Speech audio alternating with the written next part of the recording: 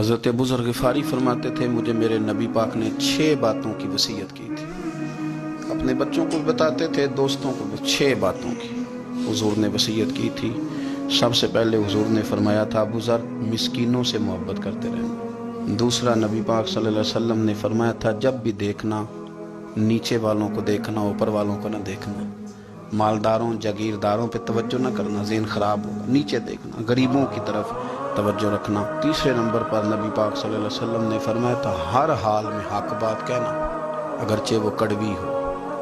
چوتھے نمبر پہ میرے محبوب نے فرمایا تھا اللہ کے معاملے میں کسی کی پرواہ نہ کرنا. کوئی کیا کہتا ہے کہتا رہے، تم رب کے رستے پہ چلتے رہنا، ملامت کی پرواہ نہ کرنا. اور 5ویں نمبر پر میرے نبی پاک نے مجھ سے کہا تھا اگر رشتہ دار تجھ سے تعلق توڑیں بھی نہ تو جوڑ کے رکھنا، صلہ رحمی نہ چھوڑنا. اور 6 نمبر پر حضور نے فرمایا تھا اللہ کے عرش کے خزانوں میں سے خزانہ ہے لا حول ولا قوت الا باللہ العلی العظیم. حضور نے فرمایا اسے پڑھتے رہنا، اسے کبھی نہ چھوڑنا. اے اللہ ان نیک اور پاک لوگوں کا صدقہ ہمارے دلوں کو تقویٰ عطا فرما.